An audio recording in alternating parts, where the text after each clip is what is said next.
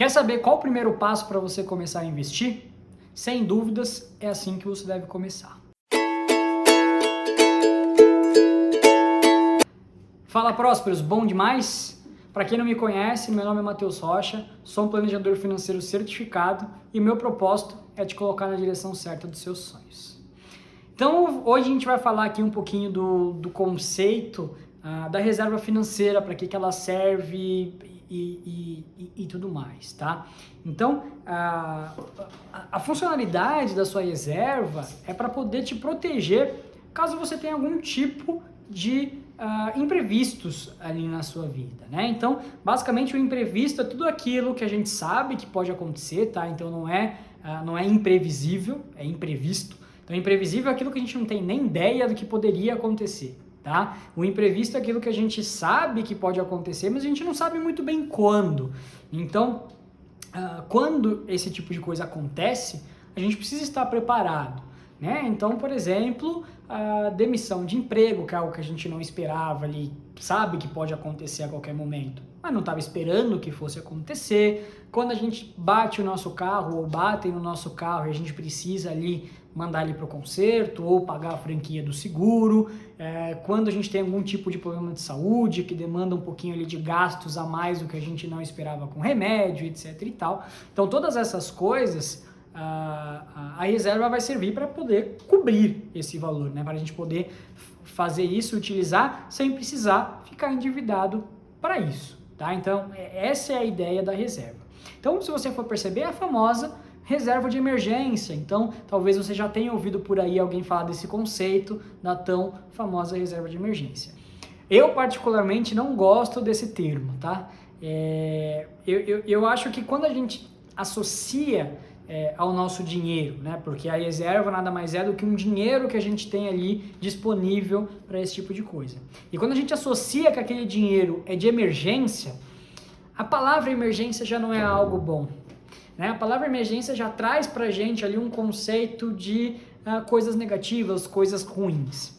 E quando a gente coloca esse sentimento de coisas negativas, coisas ruins no nosso dinheiro, ele começa a ficar cada vez mais difícil lidar com ele. Então, toda vez que eu olho para aquela conta, para aquele valor reservado, talvez ele não me traga ali o melhor dos mundos, talvez ele não me traga ali o melhor dos sentimentos, a melhor das sensações, tá? Então, eu gosto de chamar de reserva de paz, né? Porque a função é a mesma. Ela vai servir para eu poder pagar o conserto do meu carro, caso aconteça algum tipo de acidente. Ele vai servir para eu poder me manter numa transição de emprego, caso eu venha ser mandado embora. Ele vai servir para eu poder custear os remédios em caso de problema de saúde em mim ou na minha família, mas não é para as emergências, ele é para me deixar em paz. Então ele é um dinheiro que eu posso dormir sossegado,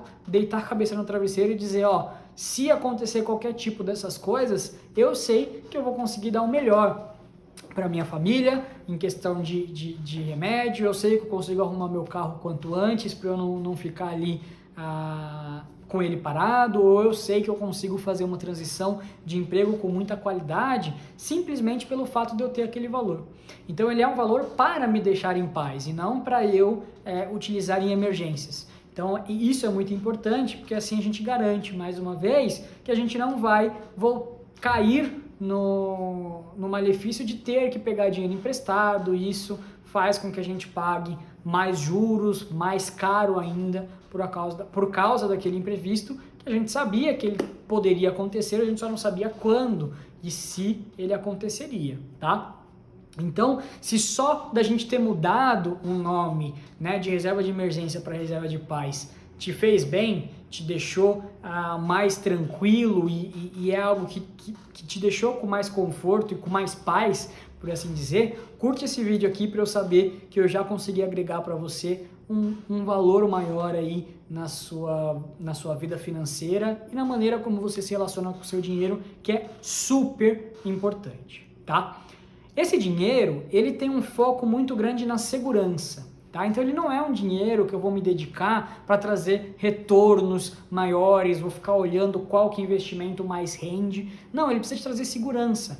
Você precisa garantir que ele vai estar lá. Porque no momento que acontecer qualquer tipo de imprevisto, mais uma vez eu estou em paz, sabendo que eu posso dispor daquele dinheiro, tá? Só que ele não pode, obviamente ele não precisa ficar parado, ele nem deve ficar parado, tá? Então se você está com esse dinheiro parado na conta corrente, ou até se você está nesse dinheiro com investimentos muito piores do que o aceitável, como por exemplo a poupança, você tem sim que investir esse dinheiro. Só que ele tem um perfil muito específico, tá? Ele tem um perfil bem específico que ele tem que estar lá para você disponível de forma imediata. Então, no momento em que você precisar desse dinheiro, você pode pegar a qualquer momento, tá? E ele tem que estar também lá disponível por tempo indeterminado. Então, você não pode ali deixar esse dinheiro, depois deixa ele preso lá e aí depois de 3 anos eu resgato esse dinheiro. Ele não adianta, porque eu não sei quando que ele vai acontecer. Se o imprevisto acontece antes e eu não consigo pegar esse dinheiro, ele não adianta.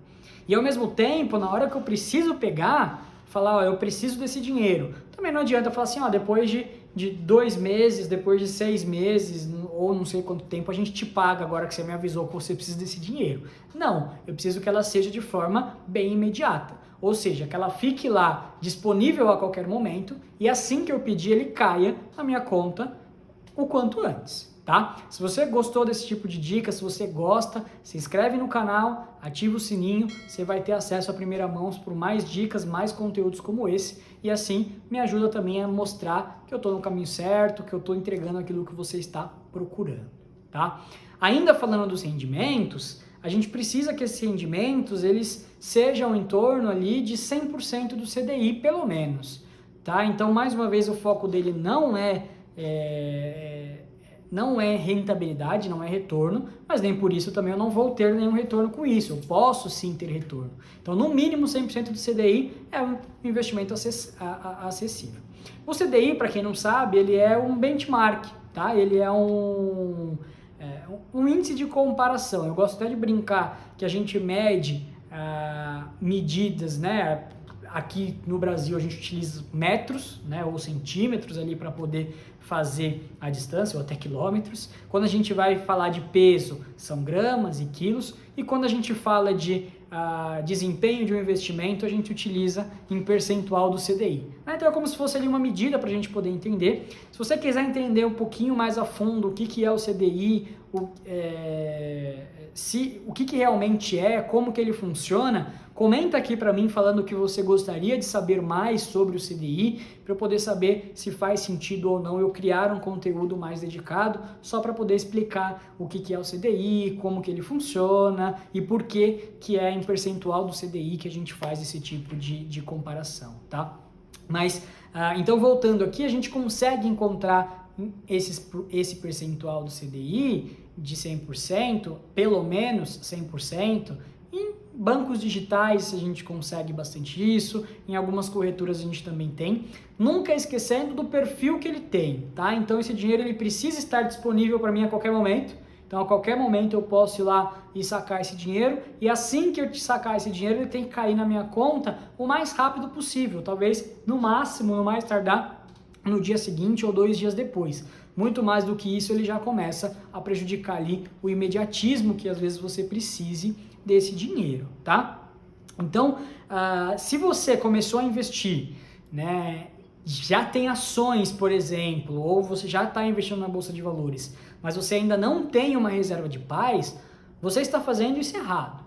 Porque quando a gente coloca, porque aí você vai falar assim, pô, Matheus, mas as ações, ela faz sentido, né? Ela se encaixa, eu consigo pegar ela rápido e eu consigo também tirar ela ali por tempo na hora que eu quiser. E realmente você consegue, só que tem uma terceira variável que as ações não têm e que você também precisa, que eu falei lá no começo, que é a segurança. Então, nas ações, você não sabe se na hora que você precisar, quando esse previsto acontecer, se ela vai estar mais alta, se ela vai estar mais baixa, se ela vai estar pior, se ela vai estar melhor do que quando você comprou. Então talvez você precise de um determinado momento das ações quando elas estão em baixa, e aí você vai acabar tendo que sacar ela no prejuízo, que vai ser muito pior para você.